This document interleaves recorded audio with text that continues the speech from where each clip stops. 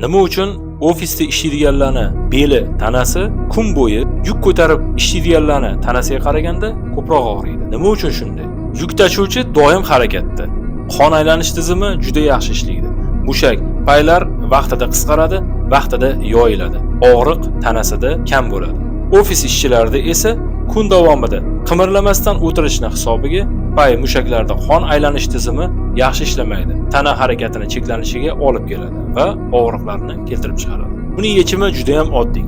Tana o'lik holatiga kelib qolmasligi uchun yoki bo'lmasam qotib qolishi holatiga kelib qolmasligi uchun kun davomida qisqa faollashuvlar va mushak paylarni yoyilishi va qisqartirilishi vaqtida bo'lishi zarur. Ana shunda qon aylanish hisobiga bel og'rig'i, tana cheklanishlari butunlay yo'qoladi. Agar tanangizdagi og'riqdan murakkab mashqlarsiz, muntazam zalga chiqishlarsiz qutulmoqchi bo'lsangiz, u holda qabulga yozilishni esdan chiqarmang.